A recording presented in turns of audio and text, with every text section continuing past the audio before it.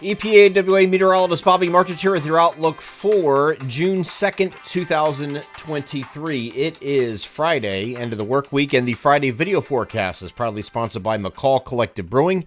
McCall is a family-owned and operated business with 2 locations in the Lehigh Valley region of eastern Pennsylvania.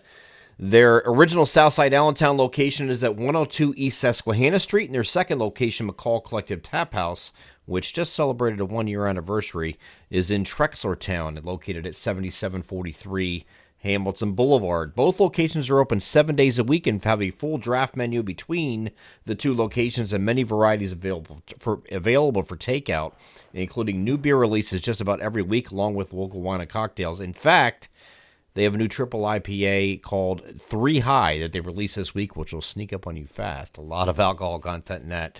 And they have trivia nights every week at both locations. For more information about their upcoming events, please visit their Facebook page, or to place online orders, visit their website, mccallcollectivebrewing.com. Proud sponsors of the Friday video forecast. Okay, so today we're expecting a mostly sunny start to the day just about everywhere.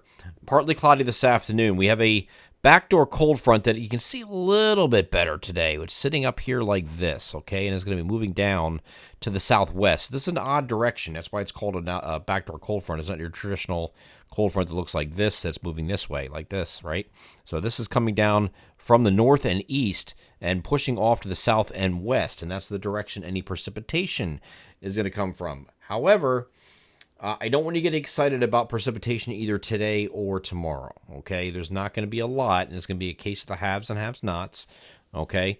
Today is going to be a hot day across the region ahead of that backdoor cold front, and we're going to have temperatures in the interior, at least, in the 90s. Near the shore points, we'll be stuck in the 80s, but it's still warmer than it's been all week there, okay? There is the opportunity, even though the European model does not show it here, for a few showers and thunderstorms. They'll be isolated, but there will be an opportunity for that this afternoon and evening, and it's going to be the hit or miss variety, okay? I'm starting to think that today might have more activity than Saturday, but at least for our eastern areas, and we get into Sunday, you have a better opportunity in central PA locations to see something there. So here's the NAM high-res future simulated radar. I'm going to start this off early in the afternoon today. This is 1 p.m. Got a little tiny cluster here, and I'm using a composite reflectivity here, so it shows everything. Okay, it's going to give you the, is going to pick up on every single little shower and storm instead of just using a 1 kilometer above ground level reflectivity like I normally use. Moving this forward, you can see these pop-ups during the afternoon. This is mid-afternoon. Mainly across our northeastern area, so places like, parts of northeast PA and maybe northern New Jersey. And then this slides off to the south. How much it remains intact is still in question, and I don't expect it to really be intact too much further south. But there is a possibility you can do that because we have very warm, very hot temperatures today. So it won't take much, okay, to really get these going. Although the dew points are very low, precipitable water content in the atmosphere, which is the amount of moisture available in the atmosphere, is not that high either.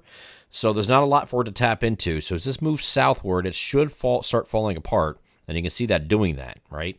Does it get all the way down to I-95? Possibly, but I would think it's more of a stray opportunity down there. More isolated in your middle areas when you get close to I-78, but your best chance is going to be, is going to be across northeast PA and parts of northern New Jersey today. And this will be generally during the afternoon hours. Once you get the evening, this is done, right? And then once we get to Saturday, might have a shower overnight too as that front starts working its way down. That's possible too. And then when we get to Saturday, your threat is going to be, I think, mainly in central PA. Now, the newest NAM here is not showing much there, okay? As this front sags to the south, there is an opportunity for a passing shower or so on Saturday, but it doesn't look like a big deal here on the latest run of the NAM. Here is the run of the precipitation. This is the precipitation totals from this. This is why I'm saying don't get excited. Here's today on the RGEM, and it shows you those same areas that NAM had getting generally under 1/10 of an inch for most locations. Okay, so it's not going to be much. That's today. Take this forward till tomorrow. Watch what it adds to it. And it's out here, okay? And again, between 0.1 and 0.2. Folks, it will take whatever we can get as far as the rainfall is concerned, but this is not going to do anything to erase any deficits we have. As a matter of fact, this might be what you should get on a normal day in the month of June. This is not enough, okay? We definitely need more than this. We're falling behind. We're abnormally dry across most of the region, and some parts of the region are already in the beginnings of a drought, okay? So we need the rain, but unfortunately, we're not going to see it from this, I don't think. We're not going to see much at all. Here's Saturday in the European model. Again, very little, and focusing on a few central PA locations, and that's it.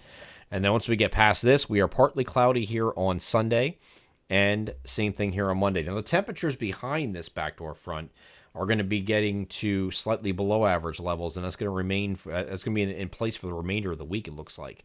So Saturday's still, kind of warm, but, mid-upper 70s that we're looking at for highs on Saturday, and then we're generally in the middle 70s for most of the upcoming week, okay? And that's definitely slightly below average for where it should be for this time of year, where most areas are solidly in the upper 70s to near 80 for a high temperature, which is considered average for this point of June. So we're going to be a little bit below that. Not much, but a little bit. So we'll be slightly cooler this week ahead, but we are looking at dry conditions on Sunday, dry conditions on Monday as well. Then we have an upper level low that is going to set up over New England here in the Tuesday to Thursday time frame, mainly Tuesday and Wednesday. There is the opportunity that rotating around this upper level low, you could have a few showers here or in a few spots, a shower in a few spots. Not a big deal here again. This is another one of those deals where it's not like, anything beneficial, but it helps. Anything, a little bit helps, I guess. But this is not going to be doing anything for the drought concerns either. But there's an opportunity with that upper level low in the vicinity here on Tuesday afternoon that you can have a pop-up shower in a few spots. Same thing here on Wednesday. It's still in the vicinity here on Wednesday. But once we get to Thursday, it starts moving eastward, and it might take a parting shot in a few spots with a stray shower. But I think most of that time for most areas, for most of that period, is going to be dry in that Tuesday, Wednesday, Thursday time frame, especially Thursday. But Tuesday and Wednesday with that upper level low very close by over the eastern Great Lakes and parts of New England, it's going to allow for the opportunity for an instability pop-up shower during that time frame on any one of those days, okay? So I do think we're dry Sunday and Monday, but Tuesday, Wednesday, Thursday is when we have that opportunity for this upper level low to produce something, even if it's not much. It might just be a passing shower, and that's it, right? And that's it. That's all we're dealing with. So not a lot of prospects for rain this week that would be beneficial and doing something to alleviate the drought concerns across the region.